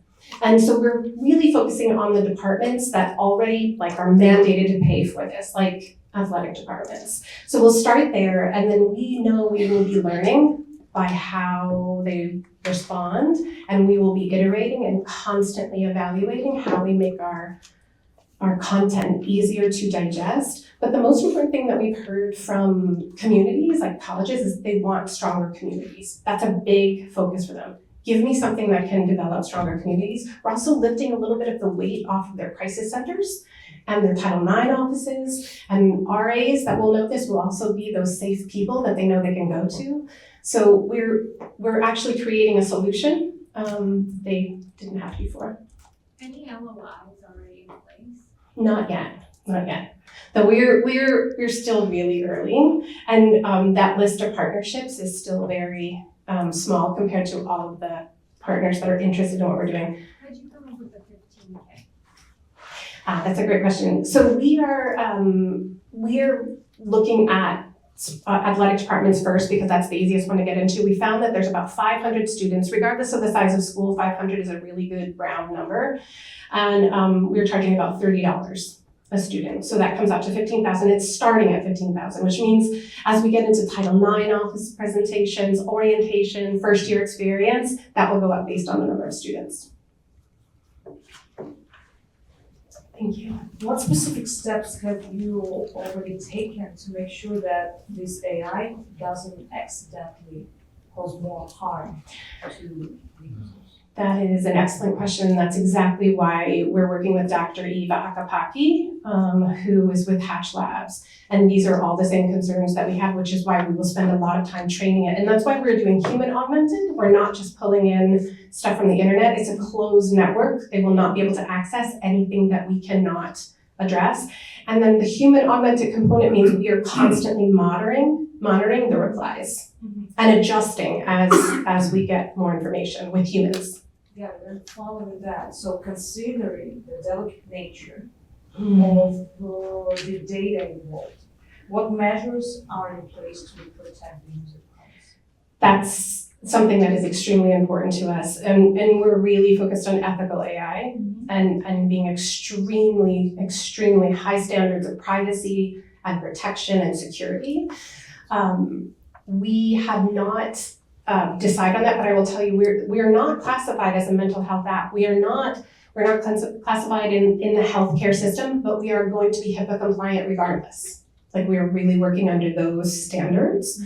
And we are letting Dr. Eva Akapaki lead in how do we make sure she's very well aware that this is extremely important that we do this well right away from the get-go. Okay. Thank you. We'll take one more question and then. Just back to the team, I mean, obviously you're trying to take a, sort of a medical situation and turn it into technology. You went so fast, I missed who your technology expert is. He's awesome. So one of the reasons we have him is that because he is one of the few software engineers that we found is actually focused on trauma-informed design. So that every single thing, we're looking at every single detail, not just the content we're putting in, we're looking at how does it visually affect someone that's potentially traumatized, how does it sound, and how do we make sure that we are being thoughtful, colors, fonts, everything. Thank you.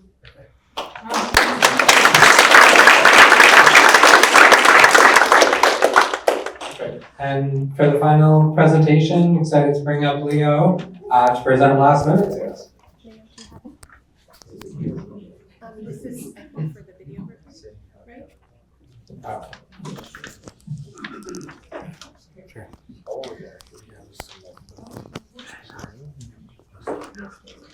So this is not testing 1, 2. Okay.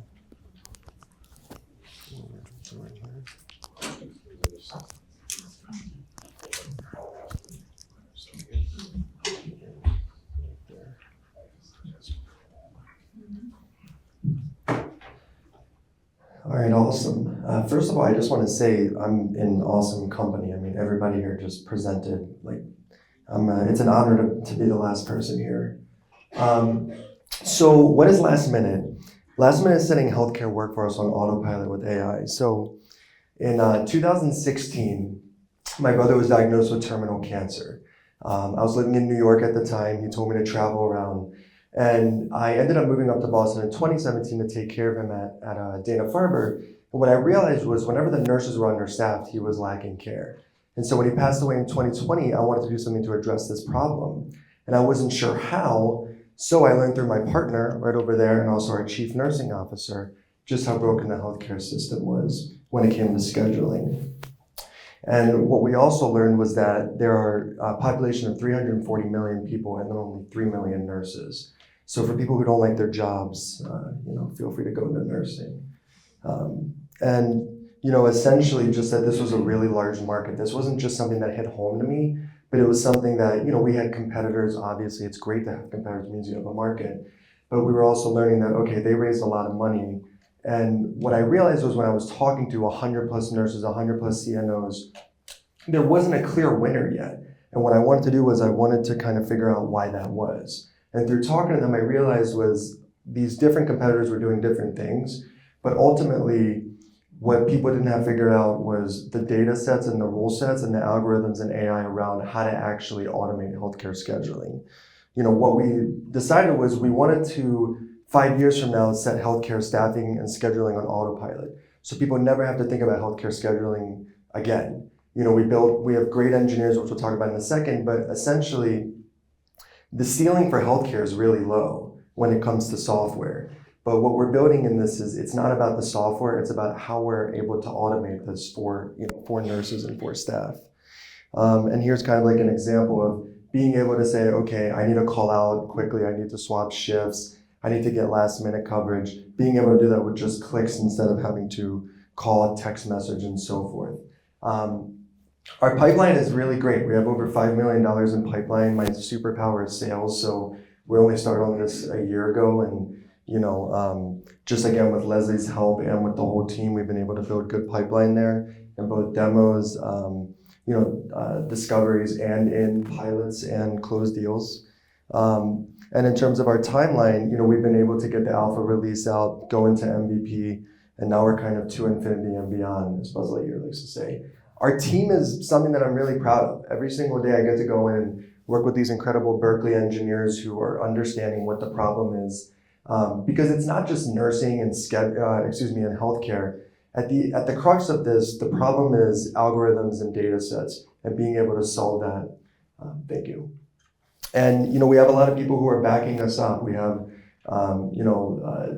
somebody who's our head of AI, VP of operations, and ultimately our advisors are great as well. We understand that competition is always going to be a question that the judges are going to ask. So we brought on somebody to help us out from a competitive intel standpoint as well. And yeah, that's everything. Thanks.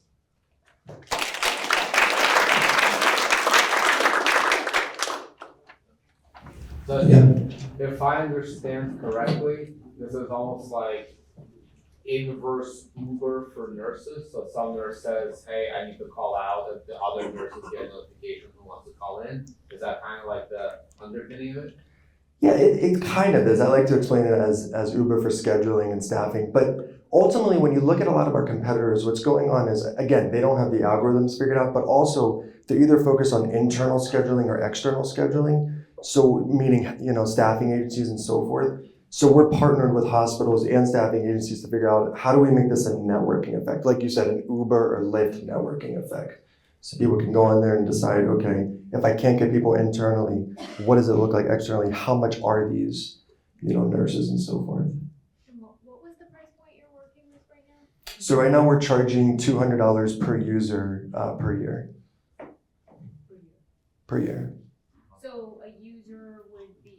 It would be like a nurse. A CNO is a user. It's all the different people in the hospitals. And no interest in going directly to the hospitals that are like nurses are making, Yeah. So we're working directly with hospitals. Oh. So we're talking to the chief nursing officers, the CNOs. And have any of them paid for the platform, or it's only been the nurses? Oh, it's only been the hospitals. I'm sorry if I'm. Okay. Yeah. So it's nurses that are using it to be able to get last minute coverage, swap shifts, and so forth, but it's the hospitals who are paying for it. My job would be pretty miserable if I had to convince nurses to spend money. I would not enjoy that. I don't want to lay you down the investor question about competition. I've seen even more than the others chasing this. And so you have more, features in your box or whatever, but it seems like there's going to be so much market confusion.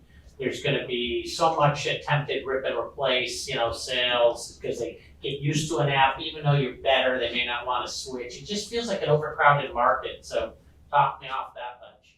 This is why when we're talking to the facilities right now, we're taking our time. We're not just trying to get all 20 of the largest hospitals right now. We're trying to get in there and understand, what are the rule sets? What are the different algorithms around, predictability on if somebody's going to call out, why is somebody going to call out, how does scheduling look like, how are they doing their templates, how often are they wanting to have a repeat schedule, things like that. And with the facilities that we've been talking to right now, they predicted this is saving them 50% of their time. This is a market that, and there are others, but boy is it true here, that people like to imitate the providers that are considered absolutely the best in the world.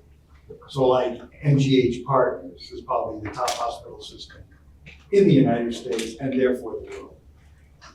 What are you thinking about when you think about your early customers? Because getting some of those lead dogs is going to make all the difference in the world, if it's possible.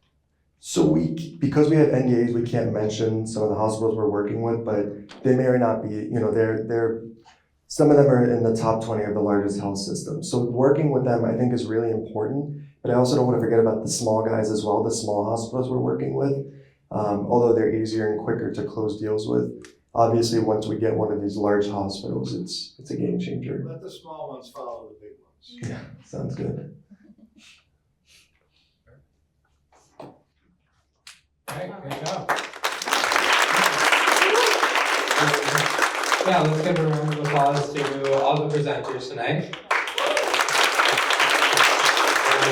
Now we're gonna take a quick break and let the judges deliberate. Either we do have the room next door that you can go in and chat and discuss all the scores.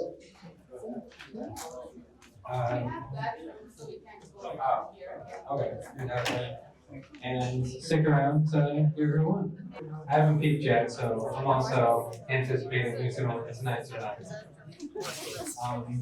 Before that, we have one sponsor award as well. We're going to call out GT Law to give a special award to whoever presented the best IP defensibility and give a special award to that winner as well.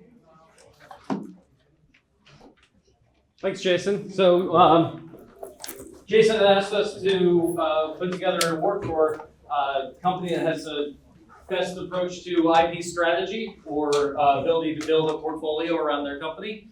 A lot of times when people say IP, people hear patent, all right? But patents are only an aspect of an IP strategy behind a company. You can have trade secrets as opposed to patents. You can have trademarks, protect logos, names, slogans, etc., copyrights. Increasingly, data policy is really important to companies in building defensible practices. Open source, there are a lot of different aspects to IP, and when we looked at each of the companies that spoke today and the ones that Ching and I, as IP attorneys, were thinking, how can we build a portfolio to support this company and get it to the next level? The company that the two of us thought had the best practice was Thrive. So.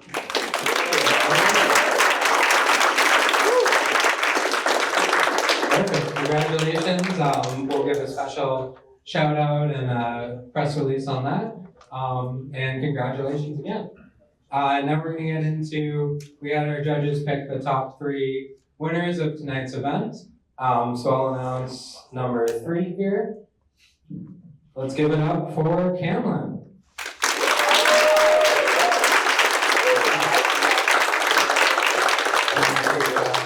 Great job. Perfect, congratulations. And now for number 2. And this is Schwab. All right, number 2 is, any guess? No, all right. It's Thrive!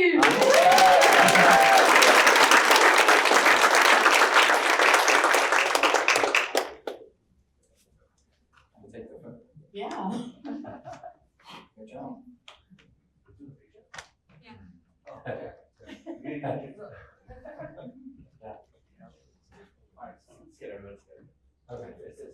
Just like right now, we have one more and then we'll take all together. Okay, so we'll do one at a time? Yeah. We didn't talk this through. I'm a professionalist. Well, that's smart. So, very fun. One, two. There we are. One more time. I'm gonna take care of it as well. Alright. Awesome. 1, 2, 3. And then one more time. Thank you. And now for the winner.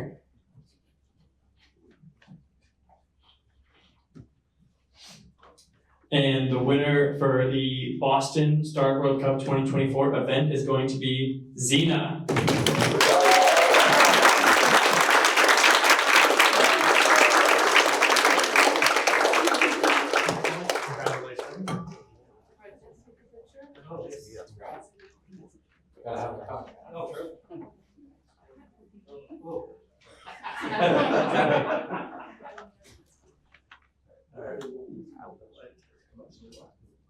One, two, three. I think you gotta smile for this one. There we are. Good.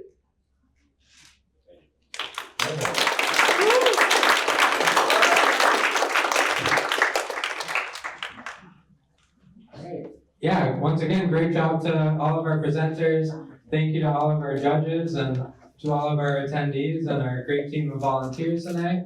And yeah, really appreciate everyone coming out, supporting us, and excited to see what XENA does in representing us in the Startup World Cup. So check it out, and yeah, we can use the rest of the time, get to know each other, and do some networking before we head out here. But congrats to Akhil. Great job.